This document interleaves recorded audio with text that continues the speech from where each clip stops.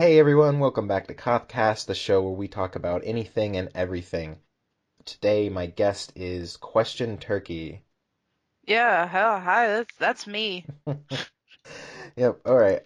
And I actually didn't know you from the furry fandom itself, and but you're a fairly big YouTube channel, so why don't you kind of tell me about who you are and what you do and tell the audience? Yeah, I'm not really, I've never really been like huge into the furry fandom. Like, I consider myself a part of it. I have a persona and all that stuff, several personas actually, and I do a lot of furry commissions. But mostly, most of the stuff that I do is I just like to animate and draw animals. It's a lot easier, especially when you have to draw humans, because you can get away with so much more when you're drawing animals. Mm. But for me personally, I consider myself a part of it. Almost all my friends are in the furry fandom, but me, I'm kind of on the outskirts of it. I think it's cool, but I'm not like as deep or as like into it as a lot of other people are. hmm Yeah, that's really cool. Now, I've seen a lot of your animations. They're, for those who don't know, and I'll put a link to your channel in the description, but a lot of them are, like 30-second animations set to music. They're pretty neat. And, Oh, yeah. yeah, and the art's good too, so that's good. It's kind of an interesting thing though, because I see your animations and I see other channels that are kind of similar, and you guys call them memes, Mm-hmm. but they're not really memes in the traditional sense, right? Like I just call them Yeah. animations.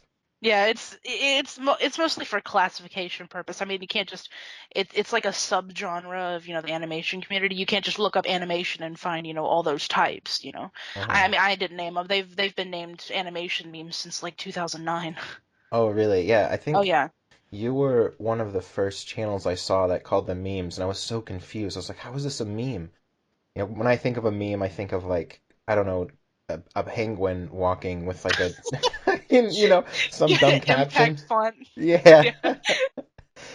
So it's interesting. I've always wanted to get into art and eventually animate, but I've always kind of like sucked at it, not had the motivation. Like, what is it like as an animator? Oh my gosh, you have to have the patience of a saint. It's ridiculous. I mean, there's no way you can be an animator if you don't love to draw constantly and the same thing over and over again. hmm That's it can be extremely frustrating, especially, when you like sit down and animate an entire sequence and you play it and it doesn't look good. And you just have to restart. It's a whole process, and it's definitely not for the faint of heart. Right, I can It's imagine. yeah, it takes years of practice, and it it's gonna maybe 10 years before you're really good at it. It takes so much dedication. You have to really want it to get into it. So like how many hours does it usually take to do one of those like 30-second animations? That really depends because while they are called animation memes, not all of them are animated. Some of hmm them are like just like animatics, but colored and Right, polished. yeah.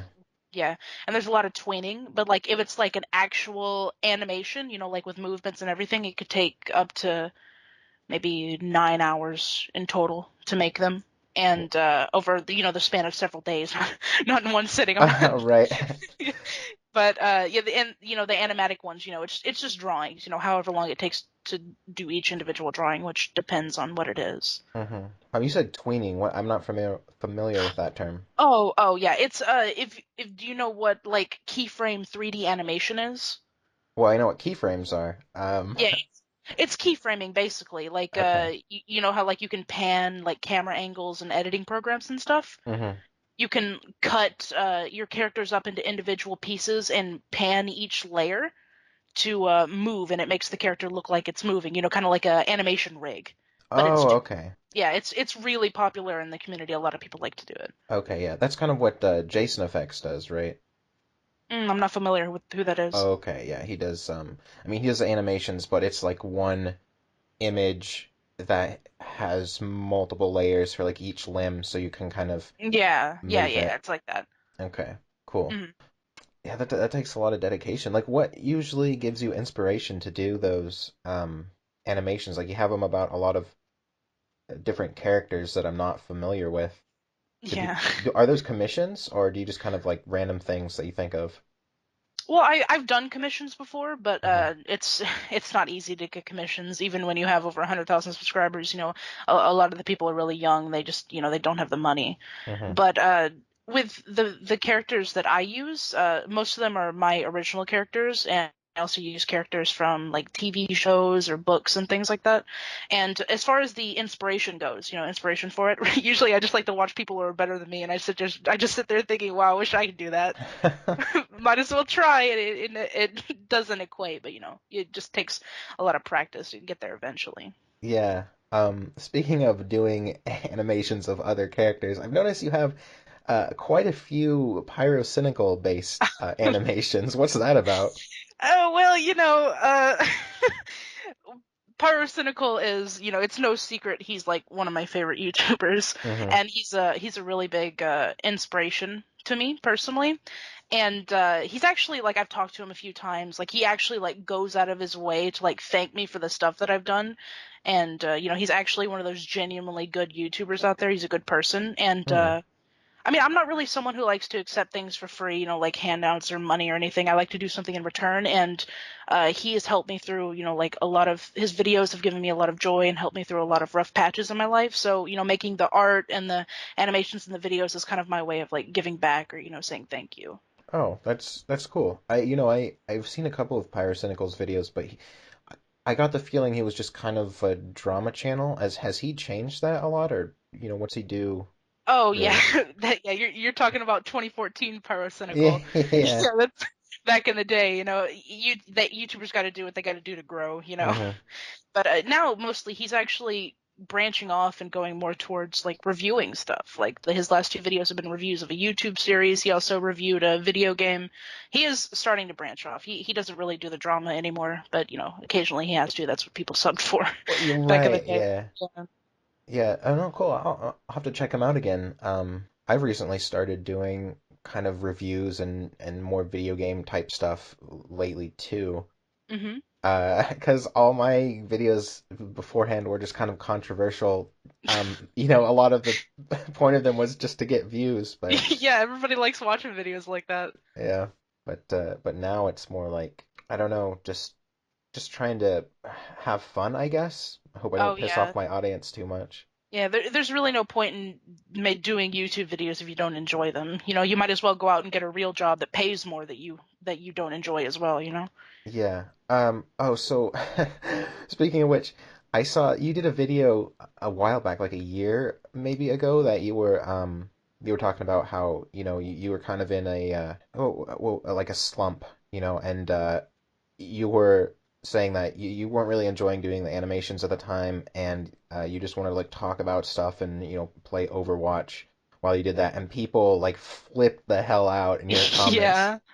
Yeah, I lost, I think I want to say 5,000 subscribers in one day Oh my God. when I made that video, man. The animation memes, they're great. You can do whatever you want, have your own characters, but they're the same thing over and over again. Hmm. You can only draw a character moving their head up and down so many times. But recently I started enjoying them a lot again. Hmm. The memes have gotten a lot more unique and a lot more creative. But I've always since day one wanted to be like a commentary channel or like give my opinions on stuff, which is why I have started doing, like, if you don't know, I've done the animator reviews, which is me talking about other animators. Kind of found a happy medium. I'm still in the community, but I can also talk about stuff, and everybody seems to like it. Oh yeah, yeah. I don't think I've seen one of those videos, but I saw that you posted them. I don't have a lot of time to watch a bunch of Oh YouTube yeah, no, videos yeah, these I understand. days. Yeah, Kind I of get that. sucks. Like I always thought when you were in that slump, I was thinking like there's a saying that artists need to seek new stimulation or they get depressed, basically. And I was thinking like, have you ever thought about doing more like I don't even know what to call them, like more robust animations, where you're doing like 24 frames a second type deal. Mm. Yeah, I've attempted it several times. For me, it's mostly. I don't have the motivation or really the time to just sit down and make like fully polished animation stuff. Hmm. And plus, the way YouTube works, like if I dedicated all my time to doing that, yeah, it would be a great, finished project and it would look really nice and polished, but all my time could have went into making, more shorter videos, which would be more beneficial for my channel because whether people admit it or not, the viewers they prefer quantity over quality, Oh and yeah. they'll say they want quality, but they don't.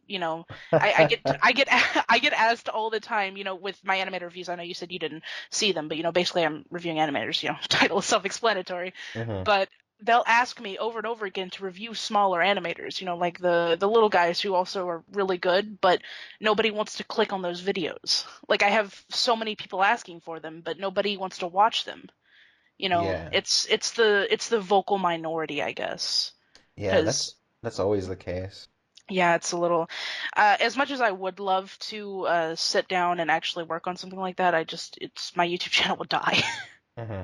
Yeah, that's part of the problem. Like when I first set out, the first maybe like dozen videos I made were just about video games, right? But Hmm. no one watched those videos. No one gave a shit at all. And Yeah. so I had to kind of move on. The first video, I actually had one video that was about video games that people watched. And it was kind of controversial. It was me talking about like how pay to win games, like it doesn't really matter if it's like a single player game or if it's like like who cares, right? Like Hmm. if someone has a shinier sword than you because they paid $20, like who gives a hell? And but but that it was controversial. It's like, ooh, controversial opinions get a lot of views. So I kind of, Yeah. Oh yeah, moved to people that. like to get heated about stuff like that. They like to be Hmm. told that they're right, or they like to get pissed about being told that they're wrong. Hmm. Definitely. Yeah, and it's unfortunate that you can't do the things that you want to do on YouTube all the time. You got to kind of Yeah. cater to your audience, which makes sense. They're there to watch you for a reason, but at the same time, it's like if I'm not enjoying making videos, then it's just work. Yeah, yeah, I see where you're coming from. And, all YouTubers go through that. They all get, they do one thing that makes them popular, and then unless they have like a huge audience, they get stuck doing that one thing. Hmm. Otherwise, because, you can't make people care about other content. And it's like if you branch off and do something else, it's like starting your channel all over again. You got to find a whole new audience, especially because like when I said before, when I was in that creative slump and I temporarily turned my animation channel into a discussion channel. Like nobody cared. My views went from like getting 20,000 views a video to like 2,000. Oh yeah, yeah, that sucks. Yeah, it's a whole process, and not everybody has the heart for that because you can't just go from getting a lot of views and being used to that, because going back to the views that you had, like for example when you first started, even if it's like more, it's just really disheartening. Oh yeah, exactly. And it's so weird because, when I had 500 subscribers, I would make a video, and if I got 100 views, I was like, holy shit, everybody's Oh watching my yeah, video. yeah, yeah. Now, if I got 100 views on a video, I'd probably just quit YouTube. You'd start freaking out like, what happened? Yeah. Oh my gosh, it's so funny how that works. Now, when did you first start making videos, making your animations? Ooh, that was back in, I want to say, 2009. Oh This, wow. oh yeah, it's been a while. MS Paint and Movie Maker, those were the dates. But it's because Question Turkey is not my first channel. I doubt that everybody's channel, who at least finds some recognition, it's never their first channel. Hmm. Because I've had like three other channels. I had one called Love Paul 1. It was 2009. Okay, don't. And then I had one called Blue Stars Prophecy, Hmm. and then I had one called Natalie Warriors BFF, and I made animations on all of them. But like, Hmm. I think my most successful channel had 20 subscribers. Oh, that Oh yeah, sucks. I was basically YouTube famous back then, or that's how it felt back in Hmm. 2010, 2009. But Yeah, back in the day, like I just used to I just stole my mom's laptop when she wasn't looking and drew cats and made them talk in Paint, MS Paint, and uploaded it to YouTube. Nobody gave a crap about them, but it was like great for me. Like one view made me freak out. I was so excited about it. And back then I didn't even know that you could make money off YouTube. I didn't know until like when Minecraft got really popular. Right. If you remember that. Um, I think Minecraft is still pretty popular. Uh, Unfortunately. pe people still have their Minecraft channels that get Oh yeah. hundreds of thousands of views. Hmm. Um, but it's kind of like I guess what I'm asking is when you started your the channel that you use currently, did you ever expect to have now you have just over 100K, right? I have 111K. Okay, yeah. Yeah. So did you like ever expect to get that big? Oh no, no, because when I started my channel, the QuestionedTurkey one, I did Minecraft videos. I got doing just the Minecraft videos though. I got 2,000 subscribers, Oh which was wow. like big for me because I Hmm. used to get like maybe 400, 500 views a video. Sometimes, it started as like 30, but that was still like through a party every time I hit 30 views. Hmm. But you know, uh, back whenever I was doing Minecraft videos, I believe it was my 50 subscriber special. I did a Q&A. I got like two questions. I was so excited about it. And one of the questions that was, what is your ultimate subscriber goal? Like Hmm. where would you what is the number that your main goal to hit, and if you hit it, like you would consider yourself you did it. And for me, back then I answered 100,000 subscribers. And it's weird. It's weird to think that I actually got there Yeah, because that's it's so difficult for people to get to this point. And I just wondering what the heck I did to deserve it. no, it's really cool. No, I think you deserve it. I mean, I enjoy your animations. Some of them make me laugh. Some of them are kind of weird, but Such as you can't expect much normalcy from edgy talking cats dancing around. right. Yeah, no, that's really cool that you made that goal. I mean, that's my goal too, is to hit 100,000. But now Mhm. that you're over 100,000, do you have, what's your next goal? Oh man, I don't know anymore. I'm just I didn't think I'd get this far. I didn't have a plan past this. I'm just kind of going with it to see what works.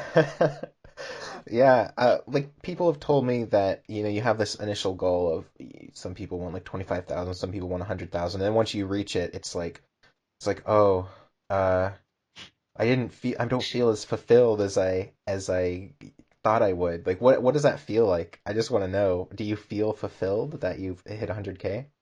Well, I mean, it's kind of weird because my channel grew very slowly. It took Uh-huh.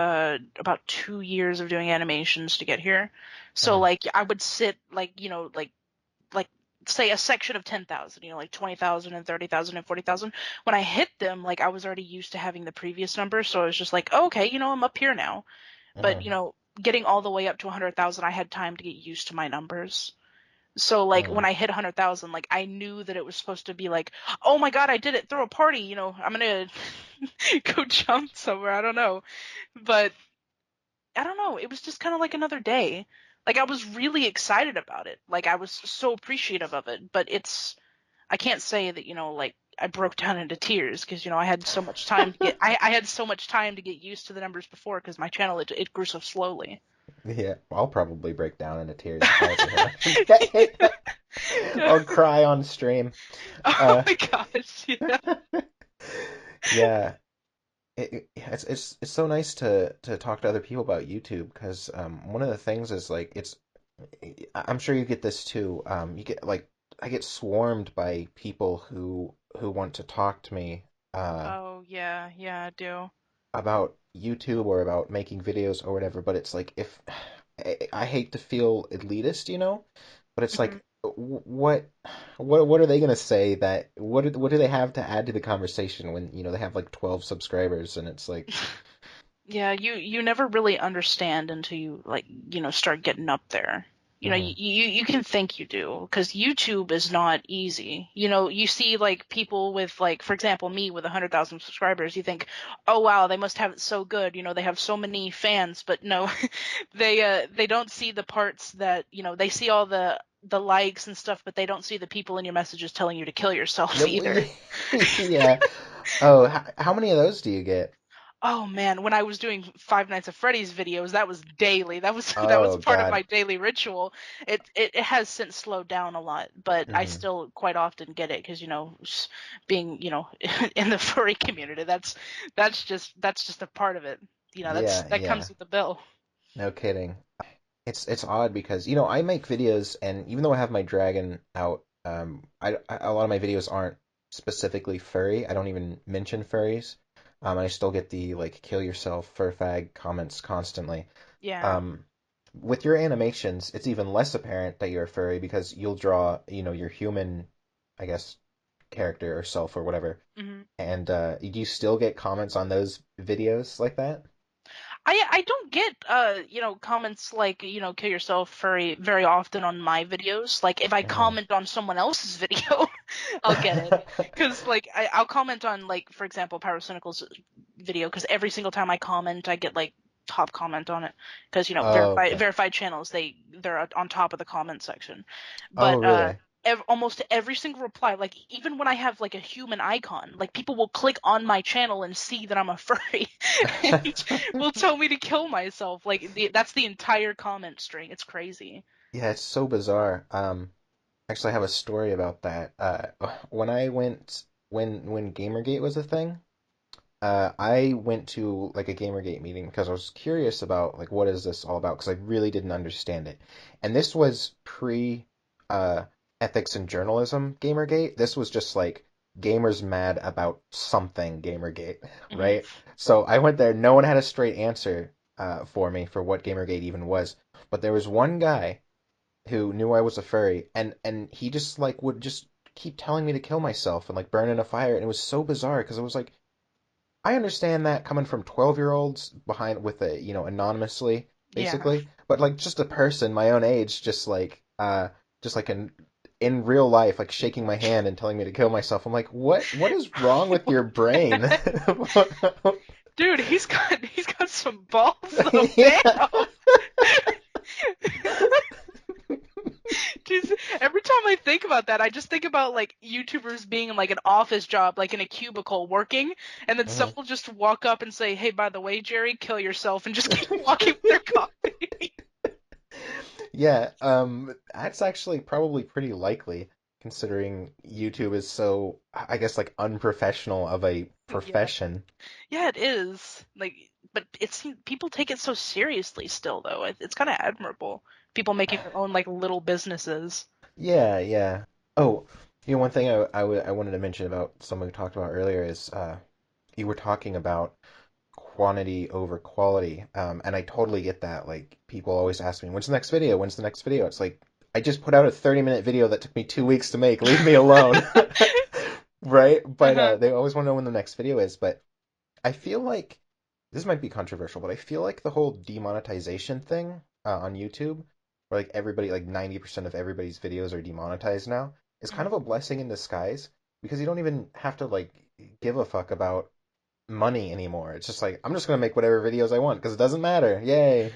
But until you're relying on your paycheck to pay the bills, then Uh-huh. then it gets a little terrifying. Right. Yeah, I suppose so. But do you have like is I don't know, maybe this makes you uncomfortable, but is all your money from YouTube or do you have like a Patreon or Oh, I do have a Patreon, but I uh only have like one person pledged to it, Oh, and well that like in intervals, like they unpledge, and like I have nobody for right. a while. It's not a reliable source, but other than that, yeah, YouTube is my primary source of income.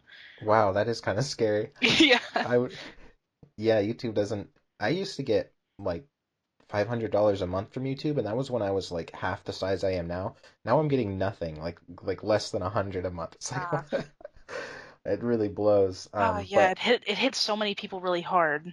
Like mhm. for me personally, it didn't hit me too hard because I animate cats dancing. That's pretty kid friendly. Yeah, yeah. But like whenever I do like a TV show, like if I make a video about South Park, like if I put South Park in the title, it's auto demonetized Right. Yeah. immediately. You just have to make them Yeah. unlisted and request manual review. You have to wait to upload them. Then usually you can bypass it. unless you have like Nazi in the title or something, then it's gonna stay Yeah, demonetized. half my videos lately have had Nazi in the title, so it doesn't work out so well. Well, the thing that I hate about the YouTube demonetization is that the thing you have to have like a certain number of views, like 1,000 views a week, for them to even care about your appeal. hmm They So only it's they like, only review people with videos that have at least 1,000 reviews or reviews, mhm. 1,000 views. So when you say you post them unlisted, and then request review, that doesn't actually like take an effect until after you post the video, and you miss out on like 10,000, because they take a couple days to get back to you, like 10,000 views you miss out on anyway. Oh, well, no, not really, because they pay a lot closer attention to people who are verified. So it only takes me like 4 to 6 hours to get my video monetized Oh, again. really? Yeah. Verified. hmm Now, now, how do you go about getting verified? it's actually really easy. You can get verified at any size. You just have to Okay. find you just have to get into a kind of prestigious network, and all they have to do is make your channel network managed. Which, because me, I'm in Omnia Media, and they like basically network managed means they kind of your channel is theirs. Like you still have full creative control over it, but it's that'll get it verified. It shows that you're, I guess, one of the top people. I want to say, like, of the top people, I'm probably the bottom, but especially in Omnia. But it just that'll get you verified, or you could just wait until you have 100K. I think the verification is automatic after that. Okay, yeah. Yeah, I'll probably not do the network. I've been fine so far without one. It always seems like a scam. They're like, we'll only take 60% of your money in exchange for nothing. Yeah, it's if you have if you have like under 50K, there's no point in being in a network. They just Hmm. take all your money. They don't if you're like a bigger channel, they will actually genuinely give you like support and help and connections. But if Hmm. you're under that, there's honestly no point. You just use AdSense. That's going to be the best option for you. Yeah. People have asked me a lot, like, should they join a network? My answer is always no. So I know several big channels who aren't part of networks. Like I think Sargon hmm uh, isn't part of any sort of network or anything. Yeah, they're not required. They're optional, Hmm. Like I said, you got to be kind of up there for them to be of any use to you, though. Well, people say that, having a network protects you from copyright strikes and things. Is that true? Um, it protects you from the auto claim system. Like you're Okay. like if you have music, unless they Hmm. manually report your video, it will not get claimed. Oh, that's But useful. it is, especially whenever your channel revolves around stealing people's music. But yeah, that's one thing that is actually really helpful. But but once again, I think you have to be verified for that. That's actually something I could use because I have my like theme song outro type thing is I have permission from the person who created it to use that song, but I don't have permission from his like music demon or whatever who they call, like music Music, manager or something. you To yeah, it's getting claimed every time. You got to ask them to add your channel to the whitelist. Otherwise, it's going yeah, to get claimed every time. right, yeah, it sucks. I So think I you have can to do it with written permission. You got to get them to formally say, you Kothorix can use my music. right. Yeah, actually I have that too and it doesn't and Really? I'll have to figure that out. Like, I mean, I'm sure I'm not whitelisted, but like, they don't respond to me. I'm like, hey, look, I have permission. Here's the thing. Here's the tweets saying from that person that I have permission to use it. The claim system is definitely flawed. It needs a lot of improvements. Yeah, I actually have a theory that there's no humans actually working at YouTube. It's all just robots, which is why everything is terrible. It's all just feminist robots with dyed hair. Feminist robot. Yeah, they're feminist robots. That's it. They have the only person that I've ever seen who was like, "Oh yeah, I work for YouTube," is the CEO. That one, I can't remember her name. I don't recall her name either. Yeah, that's the one human I've actually seen. I don't. There's no way to get in touch with another human at YouTube. Like if you do a contact, they just send you like a really generic email back. I wonder if it's really is just like that one woman, and then maybe like her assistant or something who brings her coffee, and then it's just robots. Dude, I don't know because I don't work at YouTube, but I do know that they do have a support team at the very least but they only respond like people with millions of subscribers who complain on Twitter about it. But I don't know because YouTube is interesting with their business decisions. It would not be surprising if it was just a bunch of monkeys with keyboards just kind of jamming on them randomly. I would not be surprised if that's what YouTube was.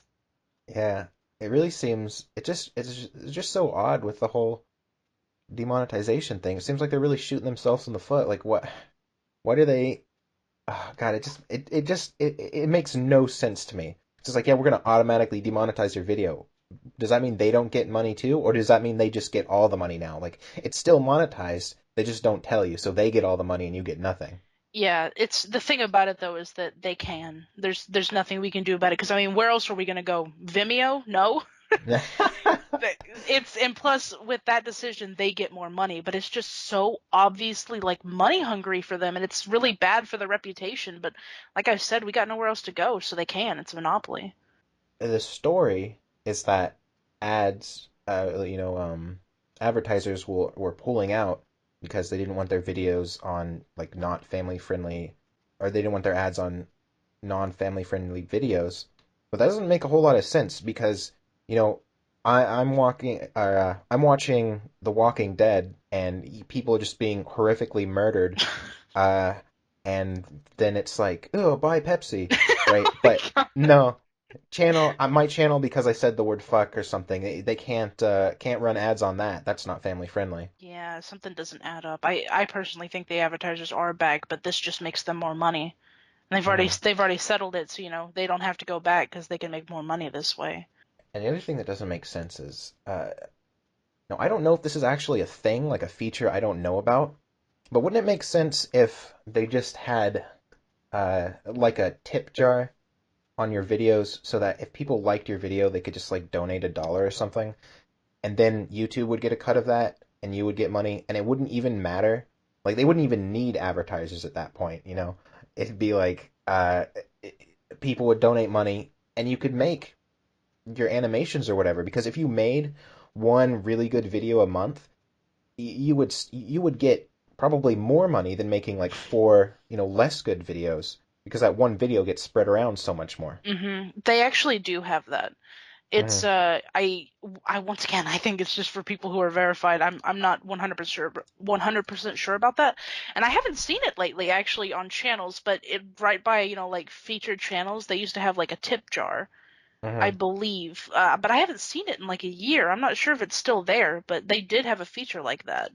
But Yeah, yeah, it's weird. I've never seen it. I've seen little things talking about it, and there is even like a if you go to your YouTube creator page, there's like a you have like tip jar enabled or whatever it's called, but I don't see it anywhere like on oh anyone's yeah. channel. I'm It's looking at my very weird. channel on incognito mode right now, and I don't Hmm. have it, but I have it Yeah, enabled.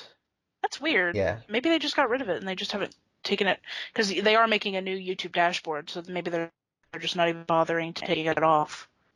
A new YouTube dashboard. So basically, we're going to be confused and have less features. Oh yeah, Right? you can see the beta version of it in your dashboard now. Oh my God, God, no. it's so ugly.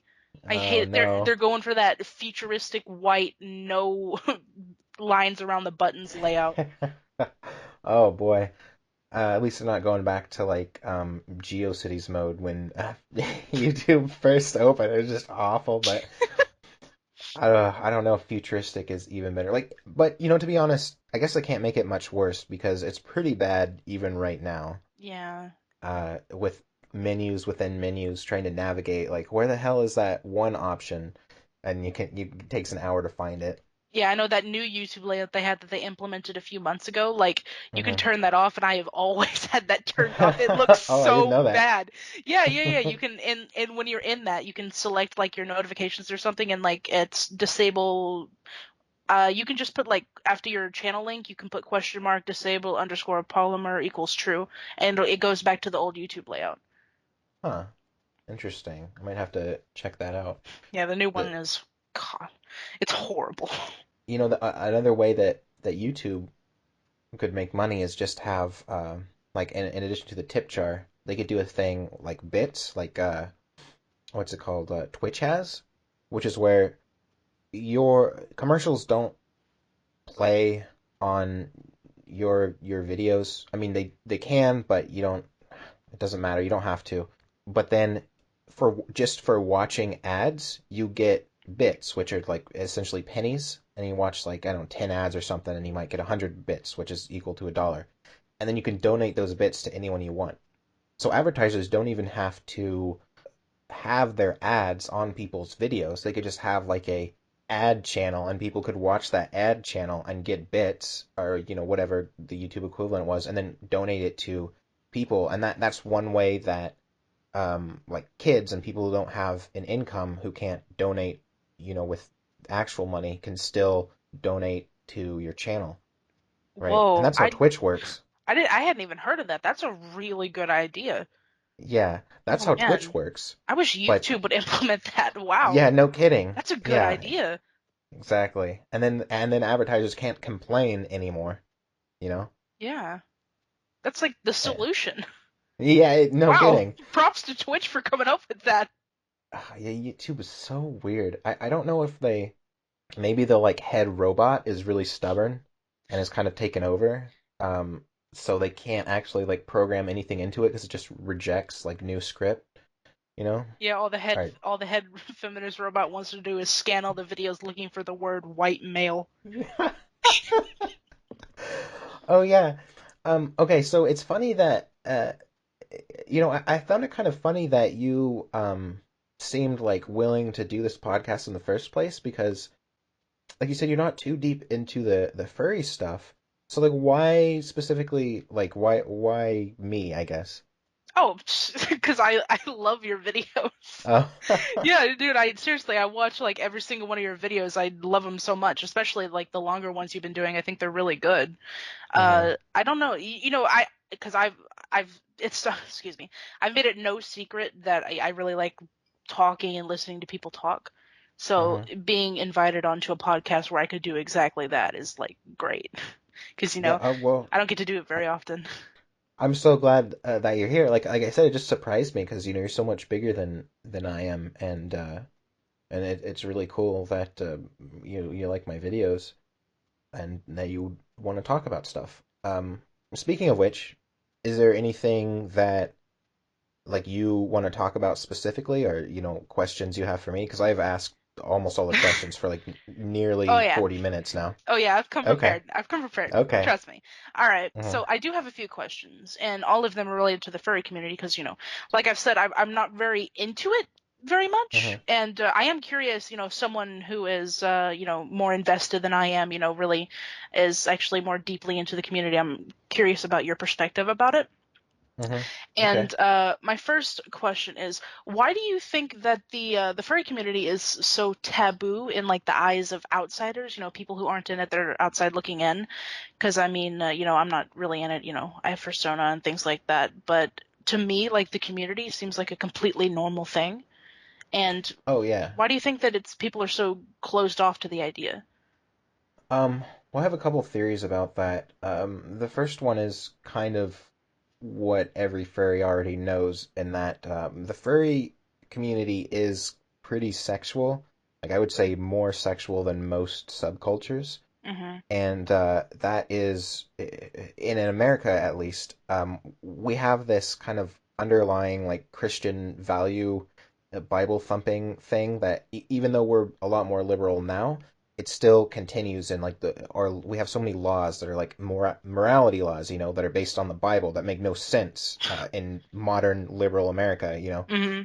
Um, and I think that's one of the reasons is that it's seen as like a sexual deviancy, which is just seen as bad to people because unless you're having sex with man and woman missionary only, man on top, no movement. You have to do Uh, 10 Hail Marys afterwards. yeah, and then ask God for forgiveness. Um, unless you're doing that, that's considered deviant, and deviant is bad.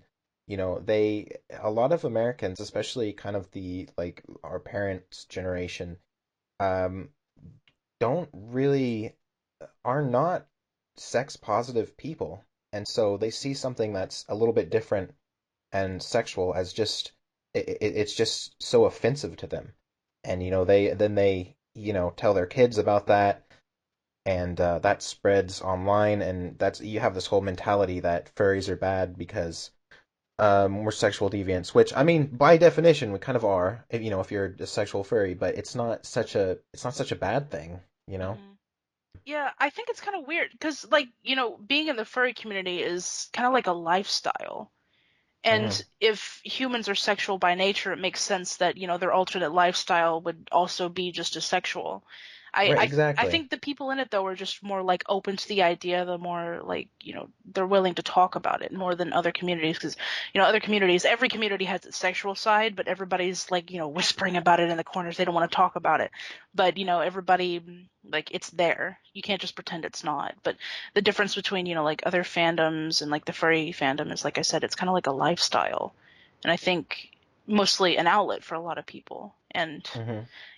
with how America wants to be sexual and very prude at the same time, it's like a sexual civil war, if you will. Yeah. Oh, yeah. No kidding. Yeah. Very divided right now with a lot of issues, and sex is definitely one of them, or any sort of deviancy. When I talk about sex, I'm also talking about like gender issues Hmm. and like trans people and all sorts of things like that. We're very divided right now, and people are super super weird. But yeah, you're right. If it shouldn't as a lifestyle, if we want to call it that, it shouldn't be a surprise that people are sexual. And like you said, even if the furry community isn't necessarily more sexual than other communities, we're still more open about it, Hmm. about the people who do that. I don't know, like you were saying earlier, it's just normal to me. It's just I don't even care. That's why some of the things for my channel are kind of like sexual. Like my Twitch emote that happens when people donate to me is like a moan. Um, you know, yeah, no, it's a thing. No, that look, monetizing my moans has been the best financial decision I've ever made. I'm not disagreeing. I'm just a little surprised. Um, and then like I have an ad running on E621 that's like it just says like sexiest dragon on YouTube. Oh my, Um, that's been generating some clicks. great. So it's like if you like understand that about the community, then you can profit off of it, I guess. I mean, plenty of artists do, with the artists who take, not safe for work commissions. Oh yeah, Um, that's how you get supporters on Patreon too. You post that censored version of that not safe for work you drew and say Patreon supporters get to see the full thing. oh yeah, yeah, definitely. That's how you do it. If you can monetize, you know, furry sexuality, you'll make a lot of money. Hmm. So yeah, the other reason I think is just because people are kind of afraid and and hate things that are different than them. So you see someone in an animal costume, like that's not normal. Let's hate them for it. Or you see like LARPers, the same reason people hate or make fun of like people go to anime conventions and dress up like anime characters. Like, oh, that's weird, that's different, I hate it.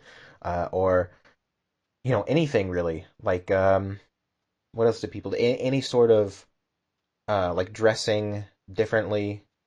People who like this has been going on forever. Hmm. People who in the I don't know 90s or 80s or whatever who would really into the metal thing. Like that's more normalized now, but they dress a certain way and they have their long hair.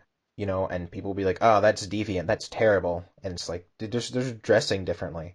Hmm. Um, or even now, like something, even with me, something that I make fun of is the whole like hipster look, the like flannel shirt, and like that certain haircut and like tight Hmm. jeans, and it's like it's something that I make fun of, and it's just because it's just like different, like they're dressing different. So, that's another reason why people just make fun of furries or hate furries in the first place because they just different than them.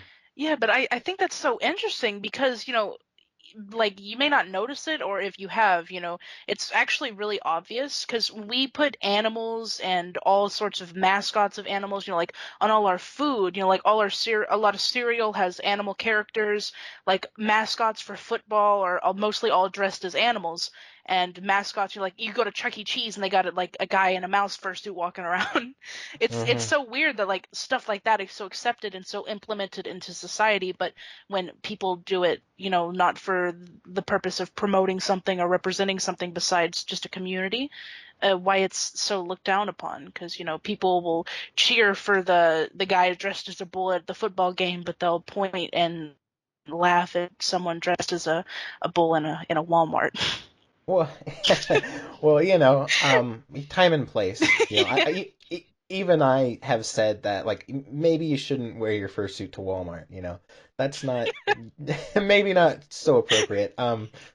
But yeah, it's that whole dynamic is pretty strange to me, especially since like anthropomorphism, and like I don't want to say sexuality with animals because that sounds weird, but like animals as euphemisms for sex, like that's part of our culture and always has been. You say like, oh, you fuck like rabbits, or Playboy bunnies wearing the rabbit ears and tail, or oh, she's such a fox or whatever. That's like part of our culture, but people still think it's so weird that other people say it. I don't know. I don't know. It's people are weird. Yeah, no They kidding. really pick and choose, huh? Yeah, yeah, yeah. That's the whole. Yeah, people aren't very consistent with what they find like acceptable and not. I mean, another reason people don't like it, like the fursuit specifically, is because when you have a mascot, or well, more like cereal commercials or cartoons or whatever, that's more to appeal toward kids. So when you have adults doing it to appeal to adults, they see it as weird and like pedophilic. You know what I mean? Hmm. That's a question like people ask me all the time. They don't ask me like normal questions about furries. A lot of the questions I get are furries pedophiles, and it's like, why would you What? think that?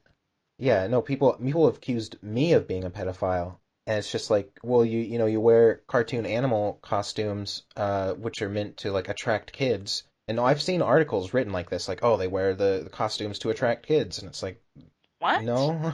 I don't think they've ever spoken or seen a furry in real life then. Yeah, yeah, it's very strange. And people associate, going back to the sexuality thing, people also, associate any sort of sexual deviancy with pedophiles. That's like what everyone just like goes back to. It's so odd. Yeah, that's the one taboo thing that nobody likes to talk about or acknowledge that actually exists, but they want to get mad about it. Hmm. You can't like if someone gets accused of being a pedophile, like if you even say anything against it, like if you say they're not a pedophile, if there's not any proof or anything, like if you say they're not a pedophile, then suddenly you're a pedophile too. Oh yeah, pedophile sympathizer. Yeah, it's so weird. Pedophile by association. Yeah, that sucks. And I made that one video a while back about I called it "In Defense of Pedophiles," which was more like a clickbait title. But the whole video was about basically how we shouldn't judge people who haven't committed a crime the same as people who have, Hmm. right? Like if somebody has like we'll say a non-practicing pedophile, if someone has a thought, uh, that's not the same as someone who actually molests kids. But yet, as a society, we treat it the same. We treat it like, ah, kill him. He thought about kids in a sexual way. Kill him. It's like thought crime much? What is? What is this, 1984? Yeah, exactly. So I know that like barely anybody in the furry community has a fursuit. I know a lot of them do, but I Uh-huh. want to say at least maybe 40% of maybe 30% of the community has a fursuit, like about that. But Yeah. what about you personally? Would you ever consider getting a fursuit? And if you would, well, how would you wear it? Would you wear it a fursuit alone, or go out in public, or just at conventions? Alone in public all the time. No. I Gotta run to Walmart. I'm out of toilet paper. yeah. I got it. Got every time I go out, I wear my fursuit. People ask me that a lot, and I don't really like fursuits, to be honest. I think like 90% of them are kind of derpy looking. Huge heads, huge hands, huge feet, and then like a form-fitting body. And it's like, ugh. Like, I mean, if they made it bigger, if they made the fursuits like 7 feet tall and just had everything like bulky, which I have seen before, it looks way better.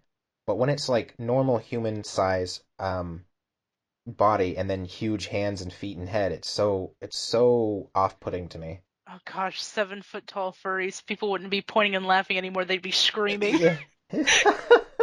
Well, I've seen some. I don't know if they were exactly 7 feet tall, but they were a good, Hmm.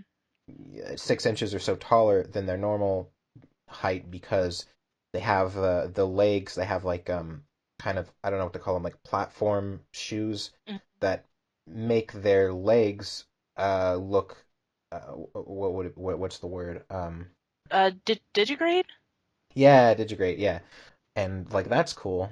And I've also seen people with fursuit heads that are like really realistic. They look like animal heads, and they're usually a lot smaller. The proportions seem right for the body, and those look really good too. But I'm sure they're like way more expensive Oh than yeah. normal fursuits. So I do not want to get a fursuit, but what I would get is a suit of armor. Um, I know people. No, hear me out. A suit of armor that is like very much dragon themed. So like the helmet is like a dragon face over my face, and it's got like the mane down the back, and I've got like the gauntlets have like claws on the end. So it's almost like a fursuit except it's a suit of armor. Which can also double as a costume when I go to the Renaissance Fair. Oh my Yeah, Ah, we see? we're all worrying about our costumes for the Renaissance fair. That's two birds with one stone there. Yeah. No, yeah, so that's my idea. I want to get a set of custom armor commissioned. Huh. Um God, I can't even imagine how I don't expensive that would be. oh, I don't think it'd be as expensive. I don't think it'd be much more expensive than a typical fursuit, honestly. Because we're not talking about like people who have to mine, like coal and iron, and then like smelt it themselves and then hammer it out into a flat piece of metal. You can just go to Home Depot Home and buy like a. Depot. You can go to. Oh, no, I've done this. You can go to Home Depot and buy like a you know I don't know 3 by 3 foot piece of sheet of steel and then just like hammer it into the shape you need in an hour, and there you go. So it can't be that expensive. I've been to the Renaissance Fair and they have some pieces that are expensive more than others, but yeah, I've seen like partial sets of armor for like 2 grand, which is about the same price as like a fursuit. Hmm. So yeah, I don't think it would actually be as expensive as people think. Huh. I've definitely never seen a furry walking around in a suit of armor, so that'd Yeah, definitely be unique. I don't know if I would have the like nerve to actually wear it to a furry convention. You just walk in with your suit of armor and you're like, wait, this Yeah. isn't the Renaissance convention. No, this isn't the Renaissance Fair. I don't even have the nerve to wear my the Renaissance costume I have now at the Renaissance Fair, which is really simple. It's just like those baggy sort of pants and like a hemp shirt, basically. Hmm. Right. I don't even have the nerve to wear that, even though every single other person there is dressed the same way. God. I've never been to a Renaissance fair before. See, here in Texas we just have rodeos. Oh boy, rodeo. No, you should go if you are ever up in Southern Maryland, Northern Virginia. There's a huge Renaissance fair in Maryland. It is so cool. It's an entire like medieval village, all that with Huh. houses and things that are all built in a medieval style, I guess. Yeah, it's really cool. They have a big jousting ring where they joust or pretend to joust, I guess, because actual jousting is so dangerous you don't want to do it. Yeah, you don't go to the Renaissance fair to go to the hospital after. Yeah, if you want Huh. to go to a Renaissance fair, like go big, go to that one. It's really cool. I go every year, even though I've seen everything and I know all the shops there and everything. It's still really cool to go to. Yeah, it sounds really cool. Plus, they have all kinds of overpriced, terrible food that you can't get anywhere else, like like steak on a steak. Steak on a steak. Um, What? Steak on a steak is like a big piece of meat that's just like on a wooden like rod that's been like cooked like that. So it's like you watch. I'm sure you watch anime, right? Yeah, yeah, yeah. Okay, so you know how they always have like they're camping out and they have like a stick and they put like a piece of meat on it and then kind of like lean it over the fire. Mhm. It's that. Oh gosh. Steak on a steak may actually be raccoon, but Cat yeah, raccoon. Oh my gosh. yeah. Um, so what else? What else you got for me? All right, so I got one more. What out of, in your opinion, what Mhm. is, besides, like the sexual part, what do you think, but besides sexual, that the fandom is most about? Like, what's the biggest part of the fandom besides the Uh, sexual stuff? Definitely art. Oh, okay, okay, yeah, that was a no-brainer. Okay, besides the sexual stuff and besides the art, what do you think would be like the next like biggest part of the fandom? Uh, I guess the sense of community, where everybody who's a furry, if you identify as a furry, if you say you're a furry, even though you don't have a fursona, people just kind of like you and will invite you to their little like circles and get-togethers and things. Most subcultures that I've seen are a little more elitist about it. You know, like the Star Trek. I don't know conventions. Obviously, I'm not speaking for every Star Trek fan, but you know, Star Trek fans, Doctor Who fans. What else? Any sort of fandom like that. If you don't know like every line from every episode, and the season that episode is from, and what it's about, and then they'll like kind of scoff at you. But in the furry community, it doesn't really matter how far you are into it. People are just kind of generally nice to you if you're a furry. Oh yeah, I can definitely agree with that, definitely. Because immediately, whenever you enter the fandom, like it's just they accept everybody, except maybe, well, even Nazis, but Even we Nazis. won't talk about that Well, part. there's like one Nazi in the furry. I don't know. It's crazy how accepting they are, and Mhm, that's why, my question before, why people seem so outside to it, like turned away from it, is it's just such a nice, wholesome community. I know there's drama of, every mhm. fandom's got its drama, but regularly, just on, the normal times, like everybody's just accepted, all people from all walks of life, and I think that's really cool. Yeah, it's very inclusive. Not so inclusive toward non-furries though, as I found out. Oh, I have a yeah, I have a Discord, right, and it's got about 700 people in it. And now about probably like 90-95% of my fans are furries, but the 5% who aren't are kind of alienated and get kind of like pushed out, and it sucks because I tell them, look, you got to be accepting of everyone, but furries, I don't know, especially my fans at least, don't seem to like non-furries very much. really? That's kind of hypocritical. Yeah, it's really bizarre. There is a whole like I don't even know what to call it, catastrophe in the Discord because people were posting anime like hentai in the porn channel and everybody was freaking out. This is furries only. I don't want to look at your weird human porn. Like it's like Weird oh my human gosh. porn. What? Yeah.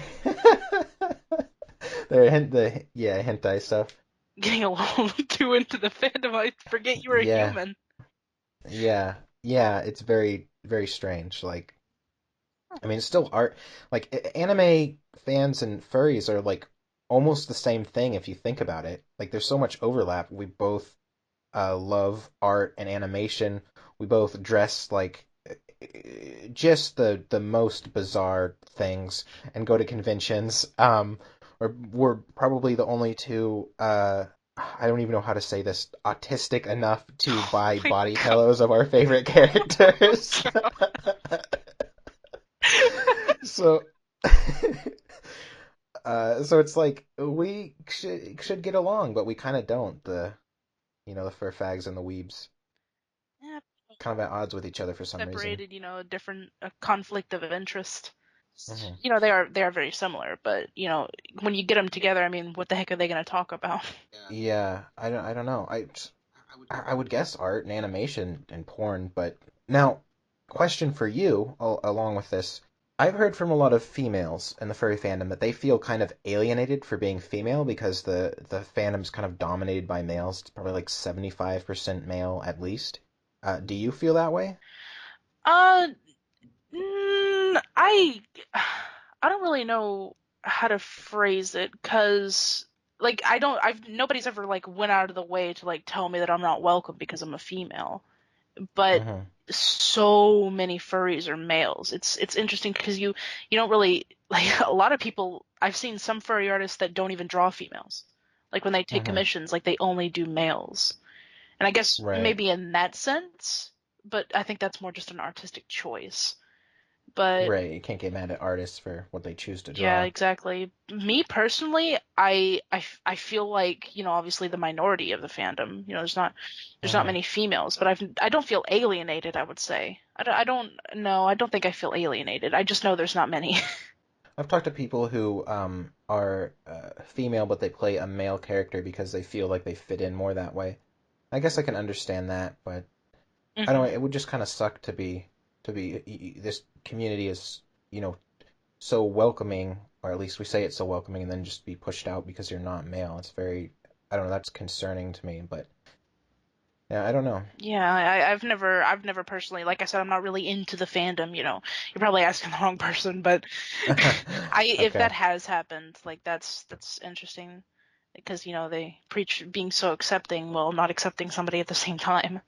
I think people should be able to portray themselves however they want, though. Right. We talked a lot, but we didn't really discuss anything that much. I Yeah, don't we know. kind of went We from kind of did. art to pedophiles to to furries again. Now that I know a little bit more about you, I could like make some better topics, like if you wanted to do this again. Oh yeah, if you ever want to do it again, like I'm down. Okay, yeah. I have like a list of people, and it's getting longer and longer. And I want to go through the list at least once, and then I'll like loop back around, Hmm.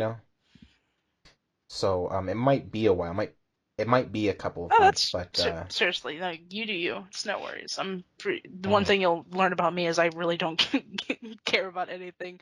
I'm here for the ride. Yeah, no, that's a good way to go about it. Like not caring about anything. Like when it comes to YouTube, like people who take it really seriously, I think, are way too concerned um with numbers to the point where it has an effect on their mental health. Oh yeah, yeah. I know a And few people like that. I certainly care about my numbers to a degree. Like I'm excited to see the numbers go up, and I like feel bad when they aren't going up as fast. But at the same time, I kind of don't care. Hmm. Like I'll just instead of getting depressed about it, I'll be like, all right, well let's just do a stream so I'll play video games and like chat with people who are my fans who come and watch me stream every single day for 4 hours. Like that's some dedication. And even if I have like, and there's like 40 people who do that every single day. It's like those 40 people, right, are like that makes up for any amount of like loss to my channel. However many thousands of subscribers I lose, I still know that I have this like really solid like core fan base who will always, I guess, be there for me. Huh. That's really interesting. That's definitely a yeah. That's a cool way to look at it. You can get like your channel just completely die, but as long as you have, like if you have like that small community that you're very familiar with, it brings like a personal touch to it. I think Hmm. that definitely would help, not care so much like if your channel is going down or even just makes you feel even better when it's going up. You always have those you Yeah. always know that no matter what happens, you have that group. Do you do streams at all? Sometimes. Maybe once every 2 weeks, and then randomly I'll go on a big stream kick and stream every day for a week, and then not stream again for 3 months. But Do you do like video games or what do you do? I do both. I'll animate and draw until I get sick of it. Hmm. Oh yeah, I've actually seen some of Yeah, that. and then until I get sick of it, and then I'll just start like I'll just invite a friend on, and like we'll call and play Overwatch. Everybody leaves, but it's fun. Well, if you're open to it, we should like play a game on stream together sometime. Yeah, sure. Yeah, just let me know. I'm down. Okay. Yeah, I have all kinds of like I stream every day at night. I don't know what time zone you are, but 9 Eastern. So like really like any day you wanted to, if you're what time zone? Oh, you said Yeah, you're Texas, so I'm that's I'm like 2 hours one behind. hour behind. 1 hour Hmm. behind. Okay. So that actually would be easy. I don't know how late you stay up, but like any day you want, you could just say, "Hey, you want to play something?" And that night we can do it. It's no big deal, right? Like I have a schedule to stream, but I don't have like a schedule I'm going to stream this game. Um, and Yeah, yeah. so we Anytime could you do just that. like just shoot me a yeah, just shoot me a message at any point too, and I'll hop on. I don't really have much going on if I'm not like talking to anybody or like working on videos. I don't do very much Uh-huh. else, but yeah, just let me know whenever you'd like for me to pop on, and I will. Cool. Have you met Two Griffin or Corey Coyote? No, but didn't you do a podcast with the Griffin guy, right? Or is that somebody else? Yeah. Yeah, no, I did a podcast with Two. Oh yeah, yeah. I saw like the first 10 minutes of that. Okay. So Two and Corey, which is Corey is I would say one of the biggest like his YouTube channel isn't the biggest, but his he has a big streamer base. Hmm. People who watch him on there. And so me too and Corey have done some like streams together and so it would be cool if you were on there too if you wanted and then we could make like a whole team of like furry YouTuber streamers on whatever game. Yeah, yeah. That sounds really cool, actually. Hmm.